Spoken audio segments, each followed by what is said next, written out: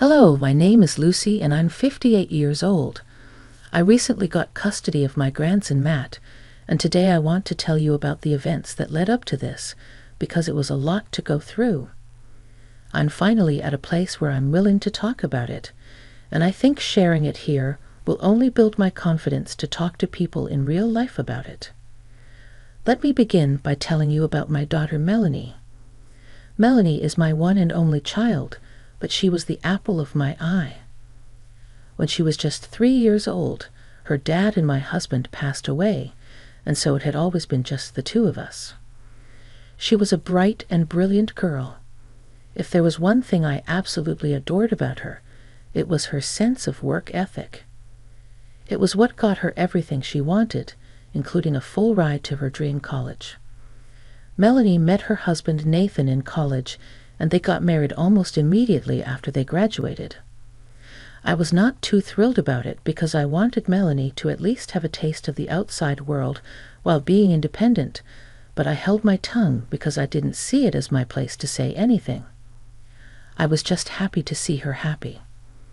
The only advice I gave her was to hold off on having children so soon because she needed to focus on her career first.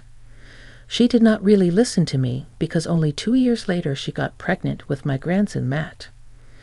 I was once again not thrilled that she was pregnant so soon, but a part of me was a little excited at the idea of becoming a grandmother. When Matt was born, it was truly a moment of pure joy for me. The first time I held him in my arms, I just knew that I was going to spoil him rotten. Fast forward to around 2 years later, Melanie and Nathan decided to move to another state because Nathan found a better job there. I was not happy that I was going to be separated from my grandson, but I knew that Melanie and Nathan were only doing that to provide a better life for Matt, so I learned to live with their absence. They did come back around 8 years later, and I was overjoyed to welcome them back. During those 8 years away, I did not see them in person even once. I only ever communicated with them via Skype and irregular calls. Anyways, when they got back, Nathan and Melanie rushed headfirst into working. They began to leave Matt with me a lot because they would work from 8 in the morning to 9 in the night. Now I have no idea if they were actually working, but I was glad that I got to spend a lot of time with Matt. As a result, the both of us got close. I became Matt's favorite person, and he became mine, and I spoiled him just as I had originally planned. But things only started going downhill starting with Matt's 12th birthday. His parents and I always have a big celebration for him, but this particular birthday I could not be there because I was on a work trip. I tried my best to come back by the morning of his birthday, but I couldn't. So, to make up for missing his big day, I met up with only him the next day. "Hey, sweetie, happy belated birthday."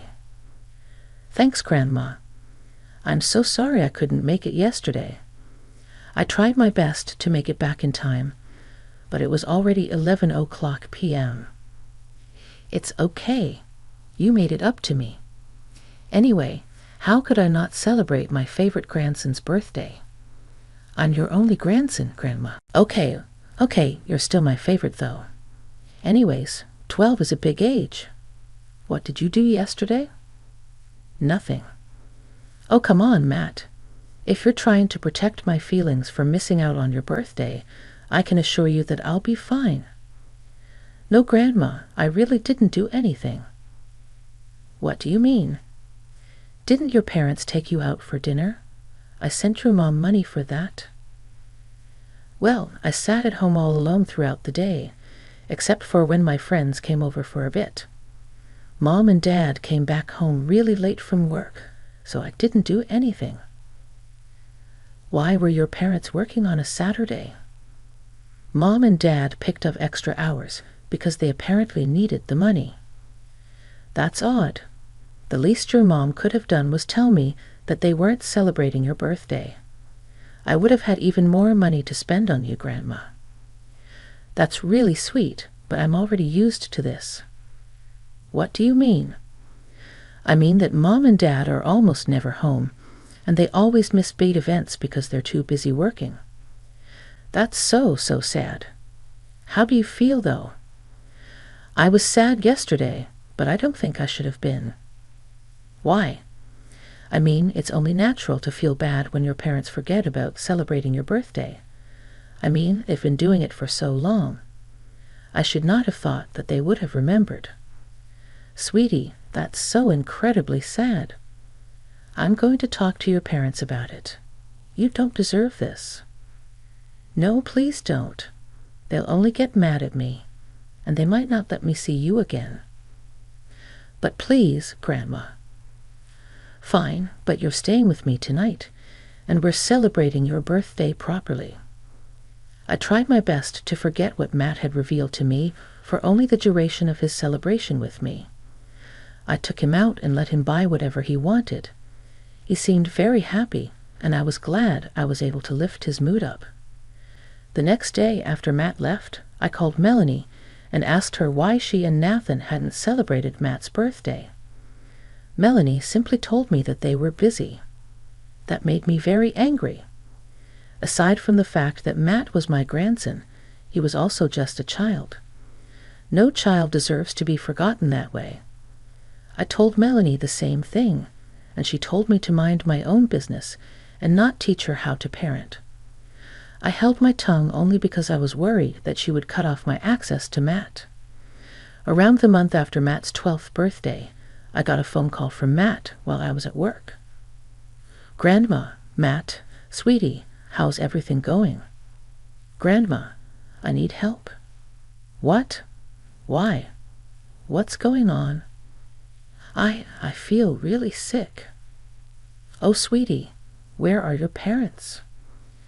I've been trying to tell them that I haven't been feeling well for a long time now, and they haven't been listening. No, they keep telling me that I'm fine, and that they're too busy to do anything about it. Okay, on a scale of 1 to 10, how bad is the pain? 10. Whoa, where is this pain you're feeling? Near my tummy, Grandma. Could you please get here fast? I don't think I'll be able to stay awake for too long. I'm already on my way, sweetie. Just keep talking to me. Tell me, how long have you been feeling this way? I've been feeling this way for a week and a half now, and it's always been this bad. Yes, why the hell would your parents not take you to the doctor? That's not right of them. I don't know. I tried to tell them. Even went to them and cried about it, but they just brushed me off. I'm going to have a stern talk with them. In the meantime, I'm only 10 minutes away, sweetie. I'll be there super soon. Are you lying down? I'm sitting at my desk. Could you get on the bed and try to lie down? Maybe that will ease the pain a little. Oh, okay, well, I'll try. Oh, Grandma, everything's getting so blurry. Matt, stay with me, sweetie. Matt, I was panicking like crazy. I quickly rushed over to Matt's place, and while driving there, I called 911 to get him help as fast as possible. Thankfully, my place of work is only a 7-minute drive from Melanie's. I got there before the EMTs and rushed inside. When I got to Matt's room, I saw him lying on the floor, looking blue in the face. And when I touched him to check for a pulse, he felt really cold. Thankfully, I felt a pulse in him, and only a minute after I reached there, the EMTs also arrived. They quickly loaded him up in an ambulance and rushed him to the nearest hospital. I kept calling Melanie and Nathan, but neither of them responded, so I left them voicemails and messages informing them of what had happened. Right as I was imagining the worst-case scenarios, Matt's doctor told me that he had a ruptured appendix and needed to have emergency surgery. He was rushed into the ER, and I paced back and forth as I waited to hear about the results. I still couldn't get a hold of Melanie or Nathan, and my anger towards them was only growing with every minute. Thankfully, Matt's surgery went off smoothly, and he quickly came back to consciousness after he was put into his own ward. About an hour after Matt awoke, Melanie and Nathan rushed in.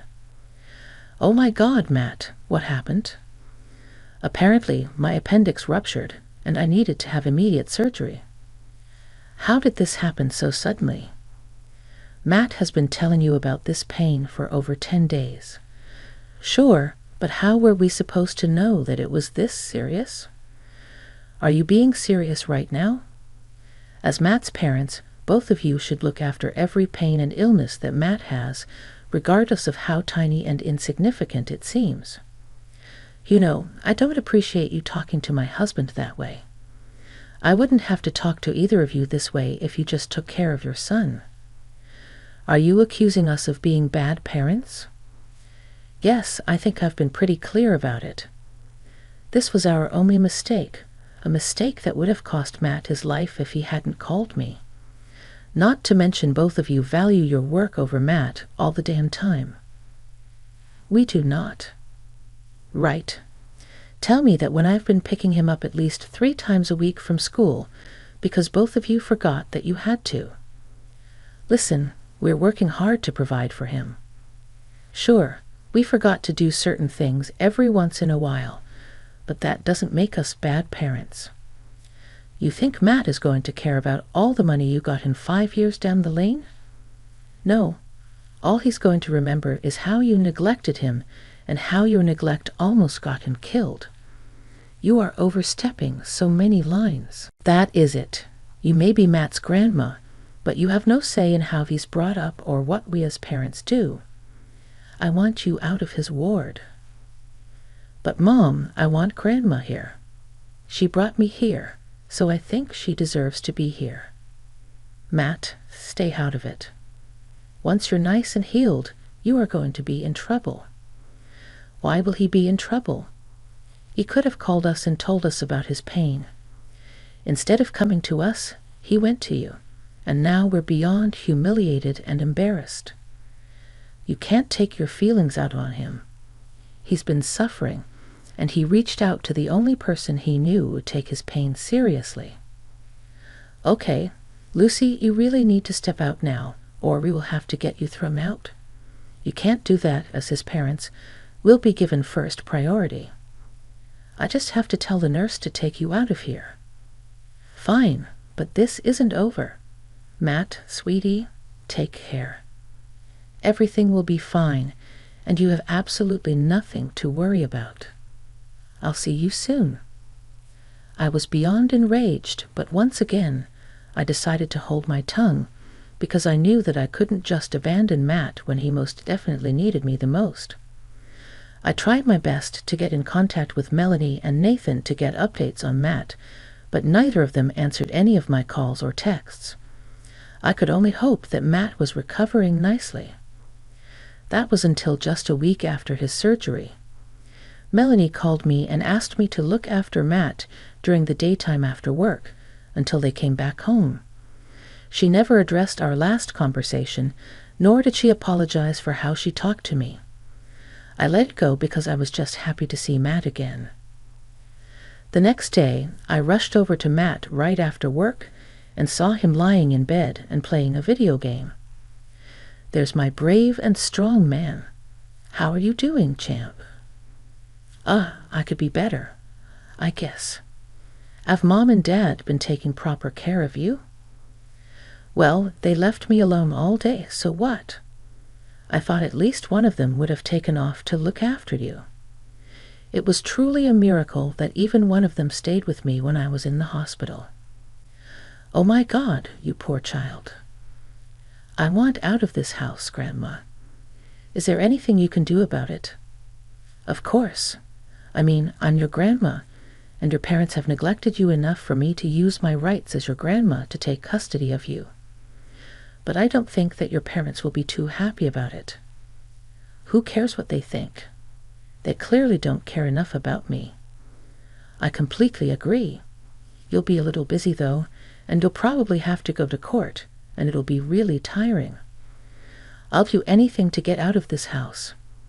If I could survive my appendix bursting, I think I can handle being tired for a while. Wow, just how much damage have your parents done?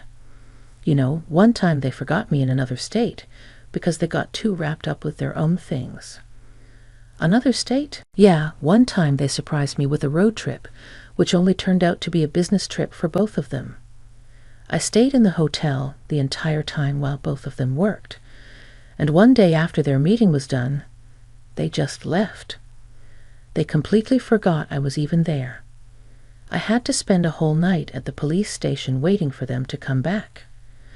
Did the police say anything to them? They spoke to my dad, and he told them he was overjoyed and that it was an honest mistake, and they let him go.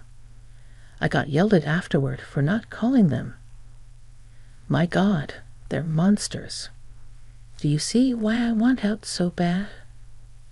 Absolutely, honey. Let's give you another day or two to feel better, and then I'll bring a lawyer over, and we can start discussing getting custody of you. Thank you, Grandma.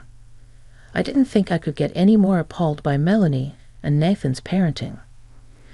But there I was listening to just a few snippets, and I already wanted to unleash hell on them.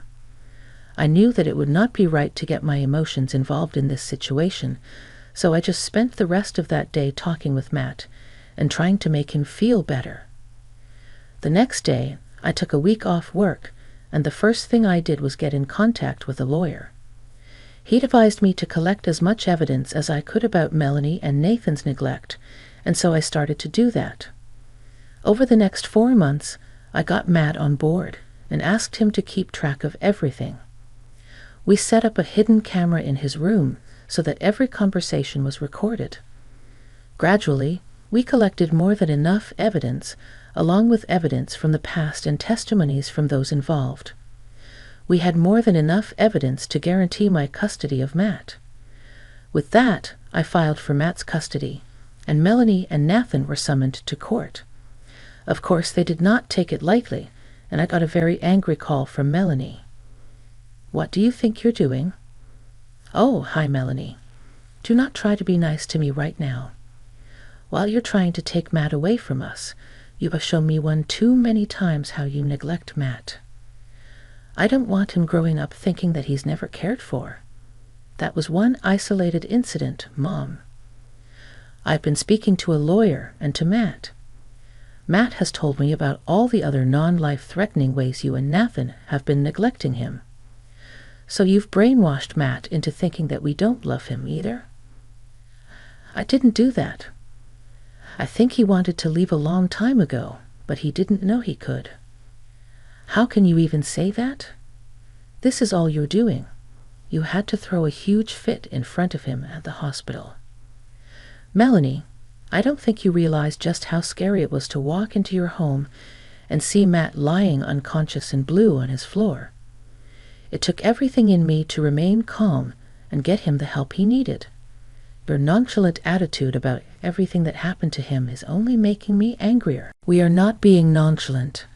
You haven't even been paying attention to him after he had his surgery. Neither of you even took some time off to look after him. He's been home alone most of the time." "Oh, shut up, Mom. We invited you over. He was not alone. I only see him after I'm done with work, which is around the afternoon. You and Nathan leave early in the morning and don't even get back until late evening. He's alone for a good portion of the day, and as far as I'm concerned, that's major neglect. How do you expect us to pay off the surgery, huh? That was only more stress on us. Are you trying to blame Matt for something he had no control over? If the shoe fits, you know what will alleviate you of all this financial stress?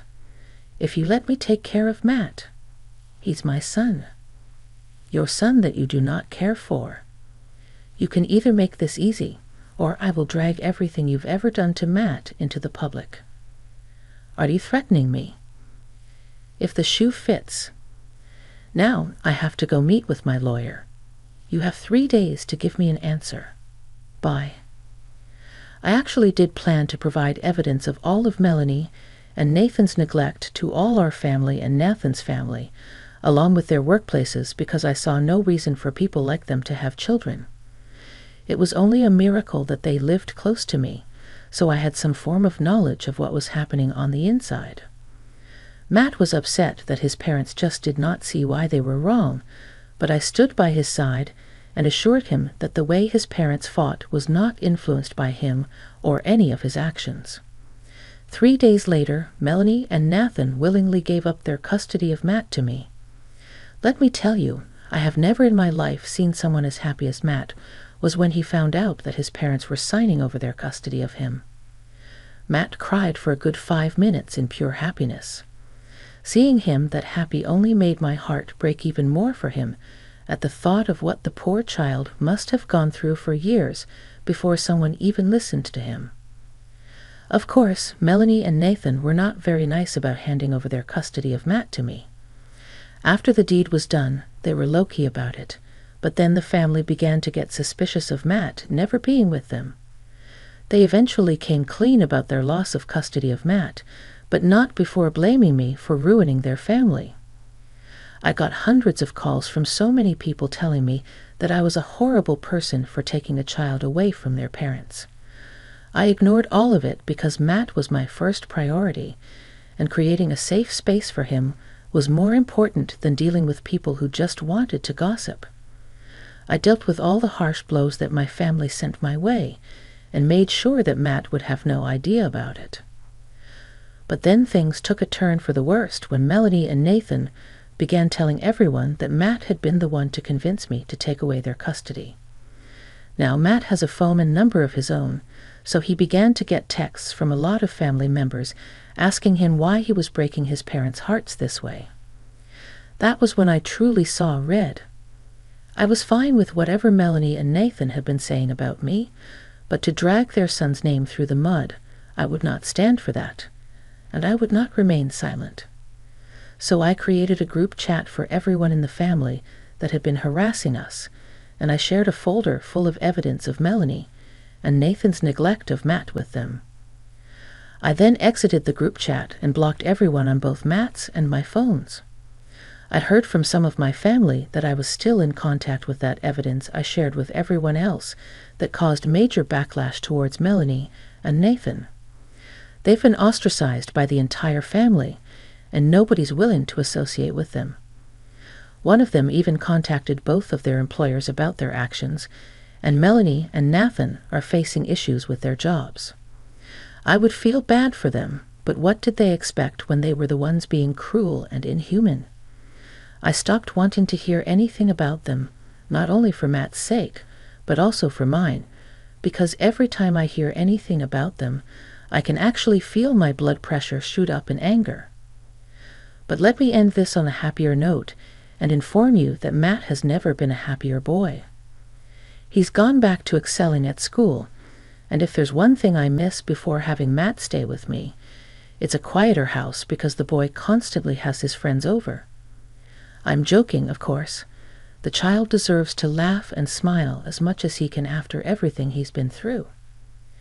I'm going to do my best to protect and provide for him, but I can already tell that he's got a much better handle on his life and himself, so I really won't have much to worry about. Thanks for giving me your time.